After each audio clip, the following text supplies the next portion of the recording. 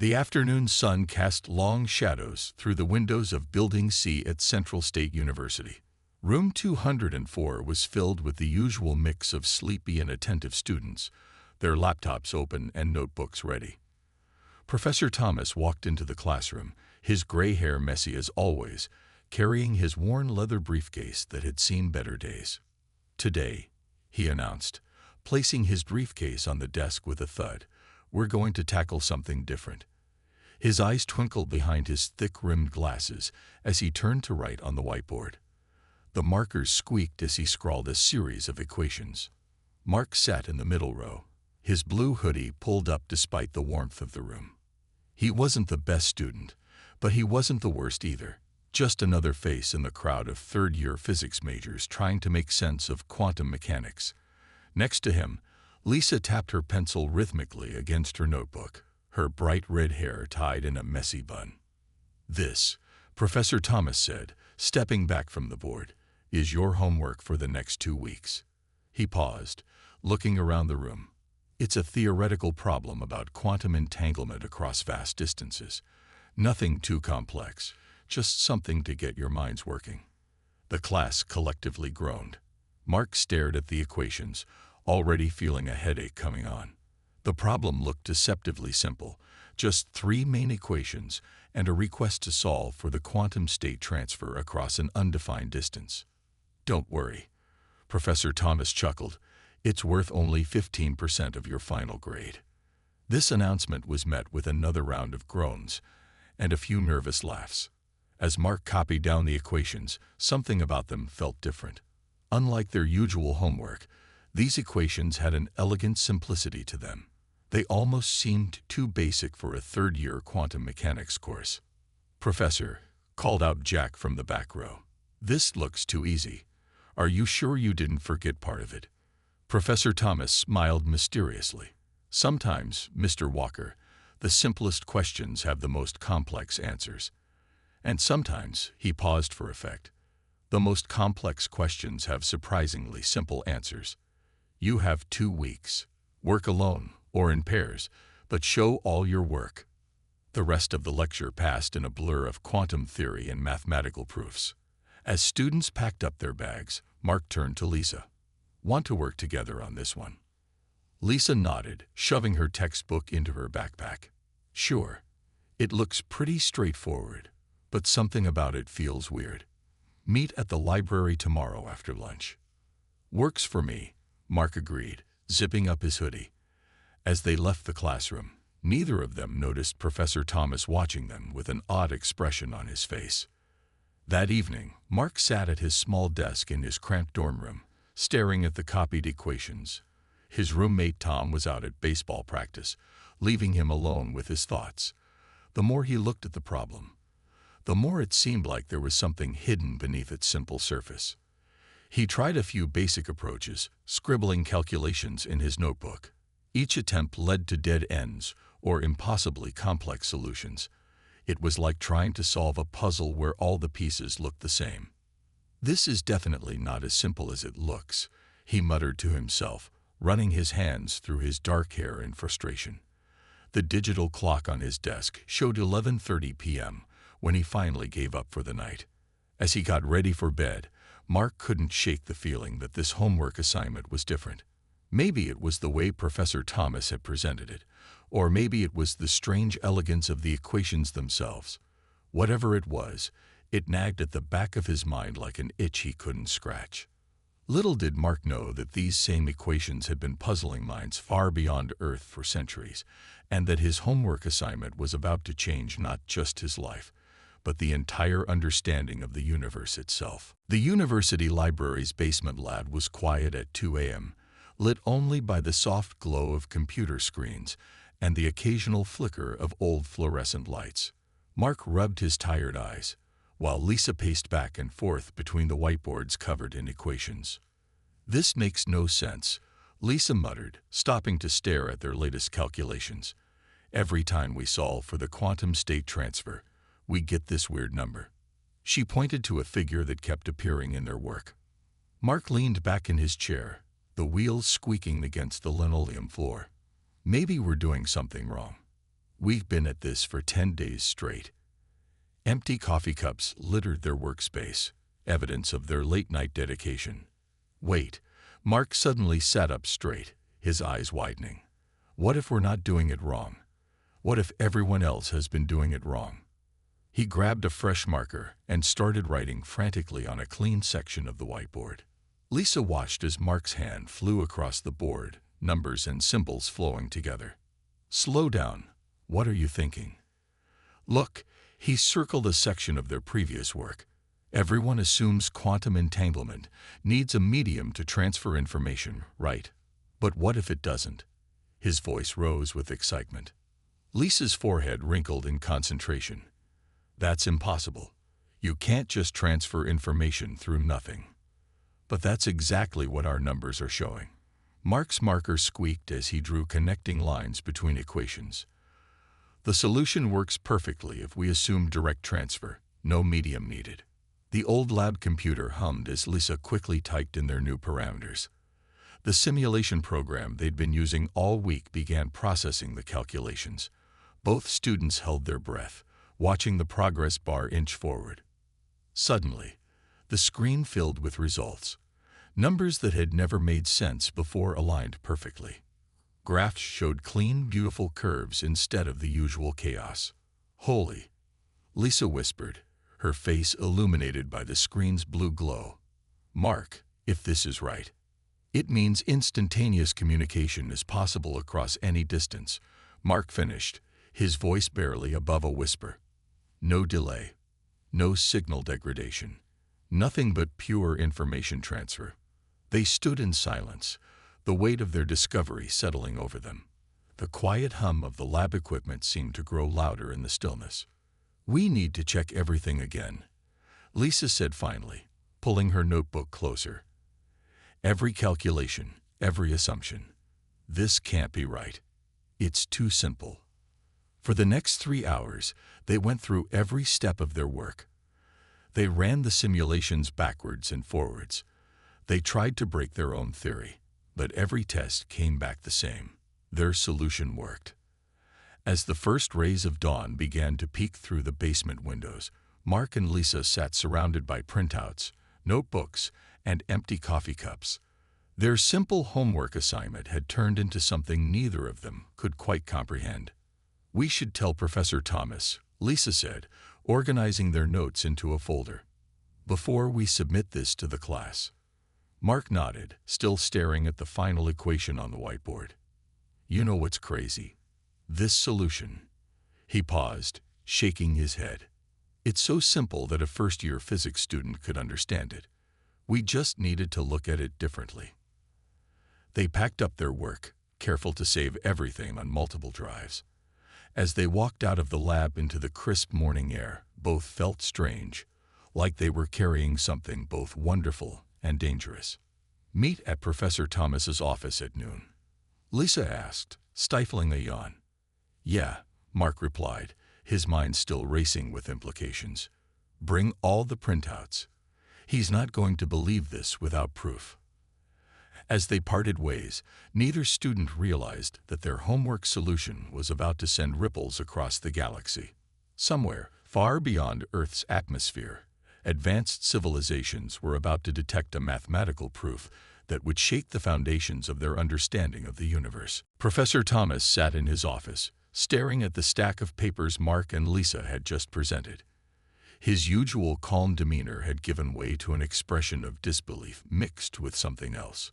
Was it fear? You're absolutely certain about these calculations? He asked for the third time, flipping through the pages of data printouts. Yes, sir, Lisa replied. We checked everything multiple times. The simulation results are consistent. The professor stood up and walked to his window, looking out at the campus grounds below. Do you realize what you've done? He asked quietly, still facing the window. Before either student could answer, a strange sound filled the office. Every electronic device, the professor's computer, their phones, even the old digital clock on the wall, began emitting a high-pitched tone. What's happening? Mark asked, pulling out his phone.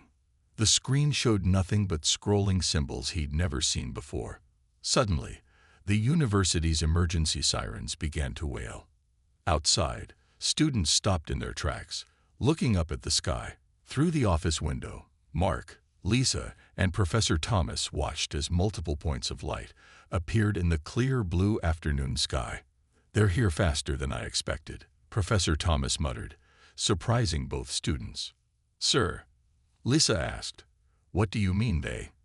Before he could answer, the office door burst open. Two men in black suits entered, followed by what appeared to be military personnel. "Professor Thomas," one of the suited men said, "we need you and your students to come with us immediately. This is a matter of planetary security." The next few hours passed in a blur. Mark and Lisa found themselves in a heavily guarded military facility, watching as their homework solution was discussed by a room full of generals, scientists, and government officials.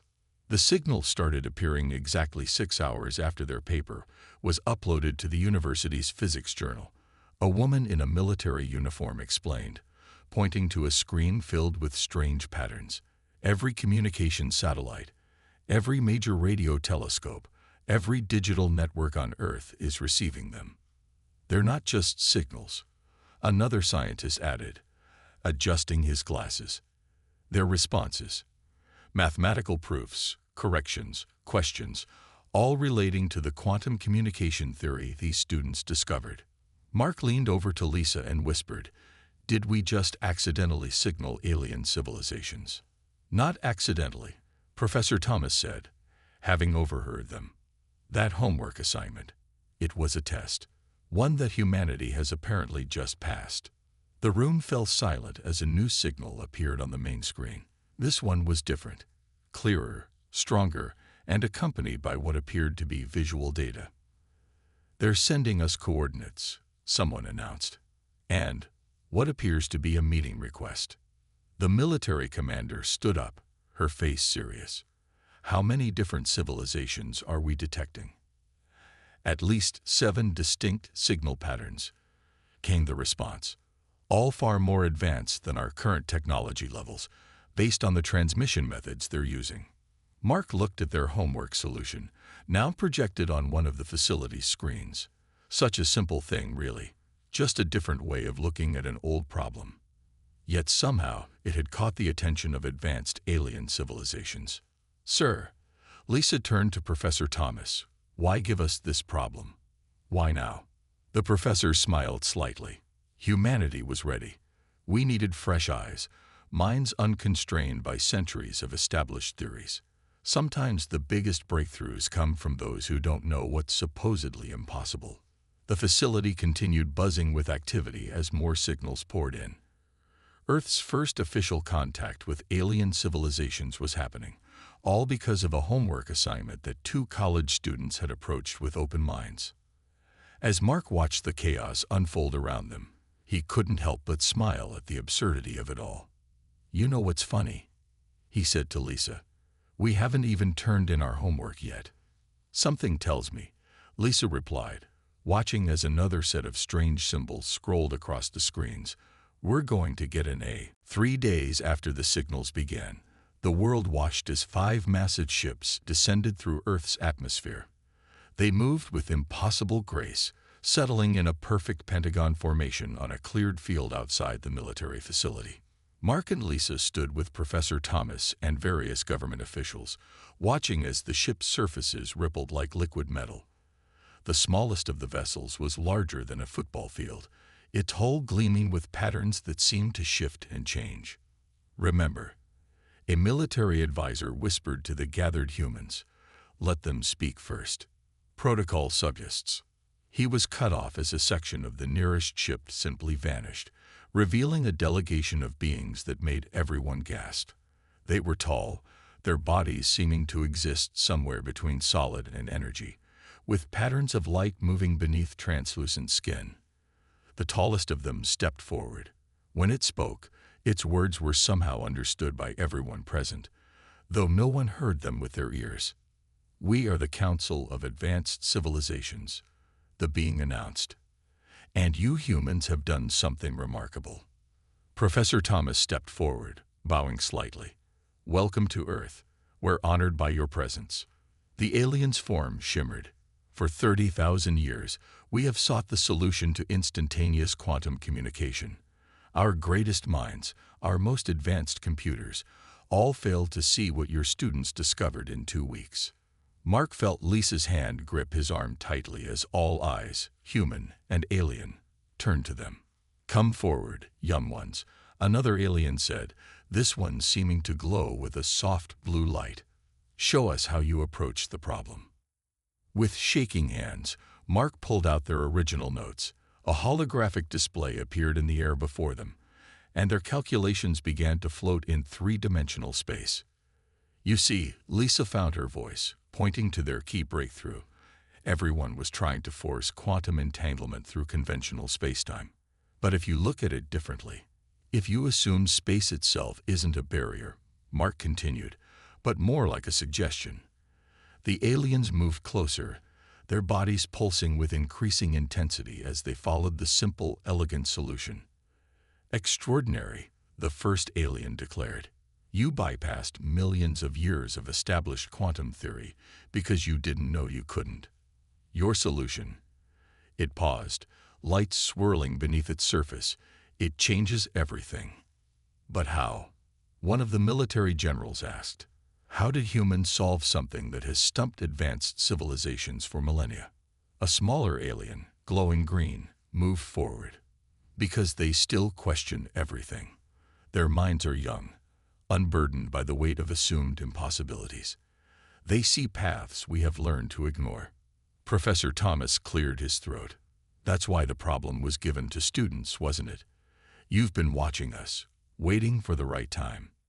"Yes," the council leader confirmed. "We have observed Earth for centuries, watching your species develop. When we saw your educational methods, how you encourage questioning and fresh perspectives, we knew you might succeed where others had failed." Mark looked at their homework solution, still floating in the air. "So what happens now?" The aliens seemed to confer silently among themselves before the leader spoke again. "Now, everything changes. Your solution doesn't just allow for instantaneous communication. It opens doors to new forms of energy, transportation, even the manipulation of reality itself. And you're just going to give us all that technology?" Lisa asked skeptically.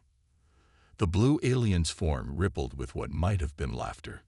"No, young one. We're going to learn it together. Your solution proves that sometimes the student can teach the master." As the implications of their discovery continued to unfold, Mark couldn't help but think about all the other impossible problems waiting to be solved. Sometimes, he realized, the biggest advantage wasn't having the most advanced technology or the most experience. It was simply being willing to ask, why not? The Council of Advanced Civilizations had come expecting to guide humanity. Instead, they found themselves ready to learn from the species that dared to question everything, even the impossible. 2 weeks after the arrival of the alien delegation, Mark and Lisa found themselves in a hastily constructed testing facility. The massive dome-shaped building housed the most advanced scientific equipment ever seen on Earth, a combination of human and alien technology. "This can't be right," declared High Scientist Orcs, their form shimmering with frustrated purple pulses. "Your primitive mathematics must be flawed." The alien gestured at the holographic display where Mark and Lisa's original solution floated. "With respect," Lisa said, trying to keep her voice steady, "the math works. We've proven it repeatedly." The testing chamber hummed with energy as another simulation ran. Around them, both human and alien scientists watched as the results appeared in real time. Mark noticed how the alien observers' bodies flickered with what he had learned to recognize as disbelief. "Run it again," ordered another council member. "But this time, use our quantum processors." The alien computers were beyond anything humans had ever created, capable of calculations that would take Earth's best supercomputers millennia to complete. The room fell silent as the test began. Mark watched the familiar equations flow through the alien system. He saw the moment when their simple solution met the complex alien calculations. The result was exactly the same as their original homework submission. "Impossible," whispered Orcs, their form now pulsing rapidly with conflicting colors. "Our civilization has spent thousands of years developing quantum theory. How can your solution bypass all of our established principles?" Professor Thomas, who had been quietly observing from the corner, stepped forward. "Perhaps that's exactly why they succeeded where you failed. They weren't constrained by thousands of years of established principles." "Show us," demanded another alien scientist, "step by step, how you reached this conclusion." Mark walked to the holographic display and began explaining, his confidence growing with each word. "We started by asking why quantum entanglement needed a medium at all. Every theory assumed it did, but nobody asked why." Lisa joined him, adding, "It's like everyone was so focused on building a bridge across a river that they never considered simply stepping over it." The aliens watched intently as the two students broke down their solution into its simplest components. Their explanation was interrupted by alerts from the testing equipment. The latest simulation had produced something unexpected. "The energy readings," one of the human scientists called out. "They're off the charts." The holographic display showed their quantum communication theory, creating stable pathways through space-time itself. It wasn't just communicating through space, it was ignoring it entirely. "Don't you see?" Mark pointed to the results. "Space isn't a barrier to quantum information. It's more like a suggestion that can be politely declined." The room erupted in discussion, with alien scientists rapidly exchanging complex mathematical proofs, while their bodies flickered through various colors and patterns. "Very well," Orcs finally announced, their form settling into a steady blue glow. "We have one final test. If your theory is correct, prove it with practical application." A small device was brought forward, unlike anything the humans had seen before. "This is a quantum lock," explained one of the alien scientists. "It has never been broken. If your theory works, you should be able to bypass its security instantly." Mark and Lisa looked at each other, then at the device. They began applying their solution, treating the quantum lock not as an impenetrable barrier, but as a simple space to step through. The lock clicked open in less than a minute. The aliens' reaction was immediate, their forms blazing with intense light. For the first time, the humans saw what might have been expressions of pure shock on their ethereal faces. "The Council acknowledges," Orcs declared formally, "that the human solution is not only valid but revolutionary." Their form shifted to a deep gold color. "It seems we have much to learn from Earth's young minds." Mark couldn't help but smile as he looked at Lisa. "All because we didn't know it was supposed to be impossible," he whispered. "Sometimes," Lisa replied, watching the aliens still trying to process their success. "Not knowing the rules is the best way to break them." 1 month after cracking the quantum lock, the testing facility had transformed into a hub of interstellar scientific cooperation. Mark and Lisa's simple homework solution had sparked a revolution in quantum physics that was spreading across the galaxy. "Watch this," Mark said, standing before a gathered crowd of human and alien scientists. He held up what looked like an ordinary glass marble. "Using our quantum communication principle, we've created something new." Lisa typed a sequence into a nearby console.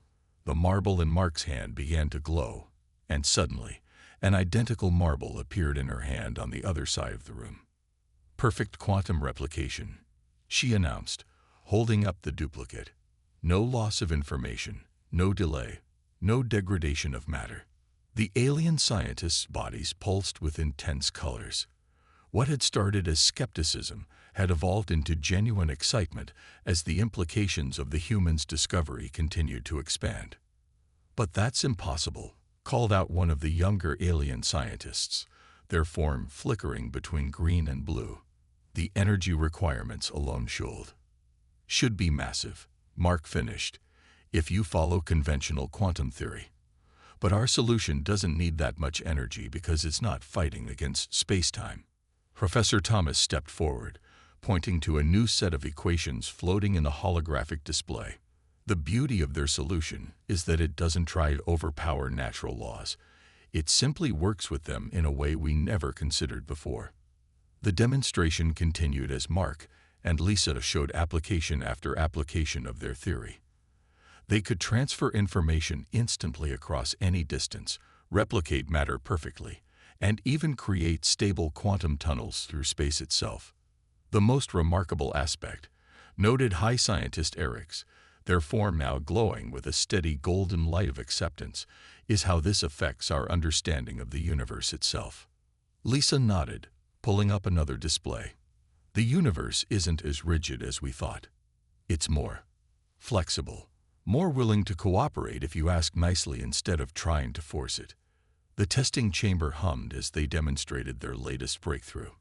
A small quantum engine that could power itself indefinitely by tapping into the fabric of space-time itself. Clean, unlimited energy, Mark explained, with zero negative effects on the surrounding space-time continuum. The alien council members, who had been observing silently, finally moved forward. Their forms had taken on a new color that humans had never seen before, something between silver and starlight. "We admit," the council leader announced, "that we were wrong to doubt. Your solution has not only solved our greatest scientific challenge, but has opened doors we never knew existed." Professor Thomas smiled proudly at his students. Sometimes the greatest discoveries come from those who don't know what they're not supposed to be able to do. The implications were staggering. Faster than light travel was now possible without massive energy requirements. Communication across the galaxy could be instantaneous. Energy problems that had plagued civilizations for millennia could be solved with technology that a third-year physics student could understand. "There's just one thing I don't understand," Mark said, looking at the alien council. "Why didn't you try this approach yourselves? Why wait for us?" The council leader's form rippled thoughtfully. "We had become too certain of our own knowledge, too convinced that we understood the limits of what was possible. We needed minds that still had the courage to ask, why not?" Lisa picked up the quantum-replicated marble, rolling it between her fingers. "So what happens now?" "Now," the council leader declared, "we begin a new era of scientific discovery, one where we remember that sometimes the simplest questions lead to the most profound answers." As the day's demonstrations concluded, Mark couldn't help but think about all the other impossible problems waiting to be solved. The universe, it seemed, was far more willing to share its secrets than anyone had imagined. You just had to be brave enough to ask the right questions. And it had all started with a homework assignment that nobody thought was important. 1 year had passed since the homework assignment that changed everything. Earth had transformed from a relatively isolated planet to the galaxy's leading center for quantum physics research. The university campus where it all began now hosted students from a dozen different alien civilizations. Mark walked through the newly built Quantum Research Center, passing by beings of light, energy, and forms he still couldn't quite describe. He smiled as he saw Lisa teaching a class of mixed human and alien students, explaining their theory with the same simple clarity that had made it work in the first place. "And remember," she was saying, "the key isn't to fight against universal constants. It's to work with them. Think of space-time as a dance partner, not an obstacle." The classroom hummed with energy as students from across the galaxy practiced the principles that had once been considered impossible. Young minds, both human and alien, were building on the foundation of Mark and Lisa's discovery, creating innovations that would have seemed like magic just a year ago. Professor Thomas appeared beside Mark, watching the class through the transparent walls. "Did you ever imagine this is where that homework assignment would lead?" "Not in a million years," Mark laughed, gesturing to the quantum transportation hub visible through the window. Ships of various alien designs appeared and disappeared instantly, using the principles he and Lisa had discovered to traverse the galaxy without effort. The world beyond the research center had changed dramatically too. Clean, unlimited energy had solved Earth's environmental crisis. Instant communication across any distance had united humanity in ways previously thought impossible. Disease, hunger, and scarcity were becoming distant memories, thanks to quantum replication technology. "The council wants to speak with you both," Professor Thomas said, leading Mark toward the conference room. Something about a new discovery. Inside, Lisa was already waiting with the alien council members. Their forms shimmered with excitement. A sight that had once been rare, but was now common as new breakthroughs emerged almost daily. "We've been studying Earth's educational methods," the council leader announced.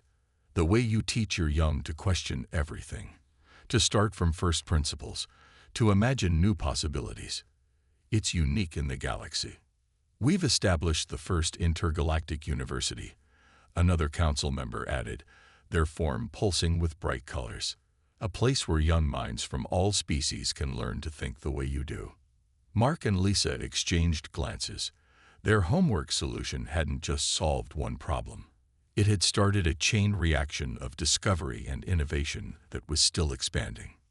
"The universe," Lisa said, "turns out to be much more interesting than anyone imagined, and much more willing to share its secrets." Through the window, they could see students from 100 worlds working together, sharing ideas, questioning assumptions, and making discoveries that would have seemed impossible just months ago. "You know what's funny?" Mark said, watching a young alien student excitedly explain a new theory to their human classmate. "A year ago, I was worried about getting a good grade on that homework assignment." The room filled with the musical sound of alien laughter. Even now, human humor continued to delight their galactic neighbors. Perhaps, the council leader suggested, their form glowing warmly, the greatest discovery wasn't the quantum theory itself, but the reminder that sometimes the most profound answers come from asking simple questions. As the sun set outside, casting golden light through the quantum-enhanced windows, Mark thought about all the homework assignments being given out across the galaxy tonight. Somewhere, on some distant world, another student might be looking at a problem and thinking, "Why not?" The universe, they had learned, was full of possibilities. All you needed was the courage to question, the wisdom to listen, and the imagination to see solutions where others saw only obstacles. And it had all started with two students who didn't know their homework assignment was impossible. "Ready for tomorrow's class?" Lisa asked, gathering her teaching materials. "Always," Mark replied, smiling at the mixture of human and alien students filing into the lecture hall. After all, there's still so much to learn. The galaxy, it seemed, was just beginning to realize how much humanity had to teach about the art of asking why not.